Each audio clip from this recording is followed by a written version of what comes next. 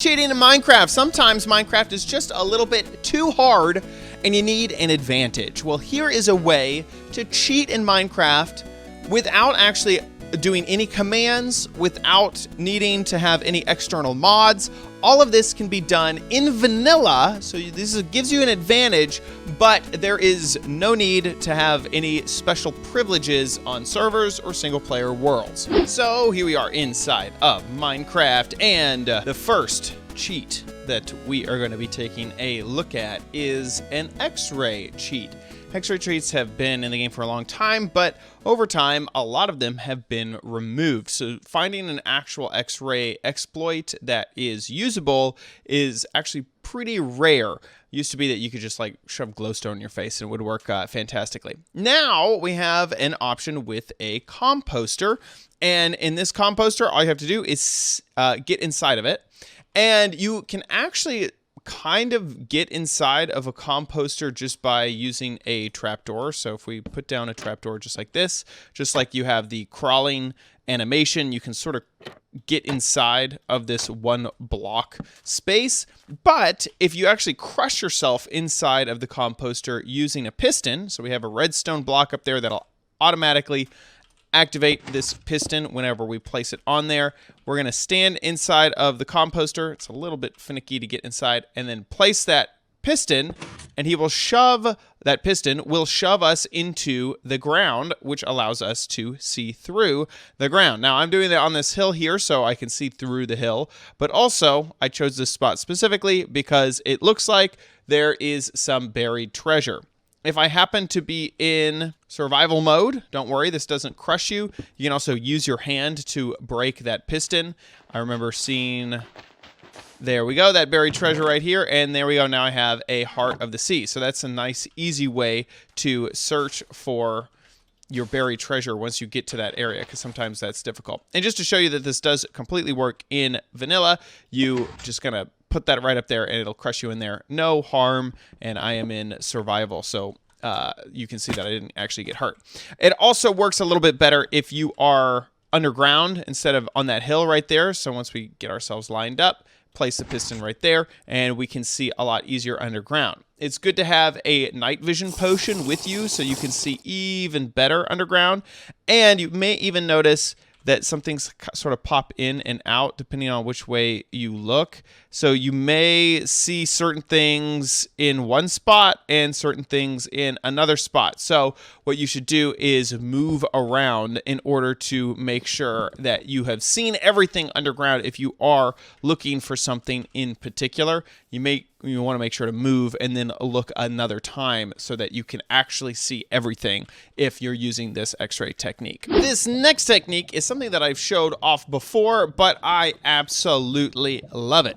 If you come to a big pool of lava and you have a sneaky suspicion that maybe there is something down there that you want, possibly diamonds. I mean, let's be honest. If you're at lava level, you're probably looking for diamonds. If you hit the F3 menu, there is something that shows up, which is what block you are looking at. So you can see over on the right-hand side, it says targeted block. And so it'll show you actually what block you have completely targeted. And you can see like way over there, we got some stone, we got some diorite, and it doesn't even have to be what is within your hitbox radius. This can be super far away. So if I try to move like way over here and see that dirt, well, okay, I guess the dirt is not, that's a little too far away, but it can go very, very far. So even this diorite or andesite that I can't quite reach, all this stone I can't quite reach, you can still see what you're looking at pretty close up. Well, that means that you can actually look through the lava that is in front of you. So this lava right here, you can see that the targeted block actually says diamond ore. So there is some diamond ore under there. There's also some stone. What else? Diorite. Okay. It looks like diamond ore is definitely the best thing down here, but as I'm just searching through, looks like diamond ore. Okay. I'm going to switch into spectator mode, and yes, you can see that there is some diamond ore underneath this lava here. Oh, I'm stuck in the lava. Oh, get me out of here. And so that you could use this F3 technique in order to actually look through the lava there. There is another technique to sort of search through the lava, and that is to hit F5, and your character sort of looks through the lava just a little bit. This is not quite as easy as the F3 option, but your camera does sort of sink through the lava there. So there's a slight chance that you'll be able to glimpse some type of block underneath the lava if you're using the F5 button as well. So this next cheaty technique, this is a way to get through a block layer of something. Maybe you're on a server that doesn't allow you to go through certain blocks. Right here we have a puzzle, which is this cube right here. It is a cube of bedrock, and I am in survival mode, so I cannot break through the bedrock, obviously. So how do we get inside of the cube? This is just a sort of a little game that we can play with ourselves to sort of show off what you would actually do if you were in a real life situation. Well, we can actually get through one block layers with ladders and with ender pearls. So if we use the ladder to get right up to this block, put an ender pearl into that block, you can see that we are able to go, ow! Oh my gosh, there is a fire here. We're gonna give ourselves some food here so we can eat up. So I'm now inside of the cube. This is what we saw from the outside. There's a bed, okay, very cool. This is kind of boring. Now, in order to get out, we can get out of here. Do the same thing where we use these ladders to get up to the top, use our ender pearl to go through, and now we are through that block layer. So if you ever need to make your way through a single block layer, it doesn't have to be bedrock, it could be stone, it could be really anything that you want. You can use that ladder ender pearl technique in order to get through. All you have to do is make sure that you are pushing forward on that ladder as you push that ender pearl into the block. Bam, there you go. Now you're through to the other side. So let's say theoretically you have a world that is in survival mode with cheats not enabled. So you can see that I cannot do game mode. I can't do difficulty. Can't change any of the world settings. Let's look, well, I guess I could change the difficulty, but you see that I don't have any cheats enabled. I cannot do any commands, so I can't cheat in this world. But let's say I really wanted to. Well, if you're on single player, you have a new option, and that is to go back in. This was the non-cheaty world, no cheats, and you can recreate this world in creative where cheats are enabled. And what this will allow you to do is use the exact same seed, so you have the same world generation and everything is in the same spot as the other world, but, so you can see this is the same spawn area. I was just standing right over here with that little berry bush. So now I could go into spectator mode and go find where all the diamonds are, or a really useful thing to do is to use the locate command to find all of these various different things. I feel like the main one would be a stronghold. So now I can find the exact coordinates to the nearest stronghold for me to find the end portal.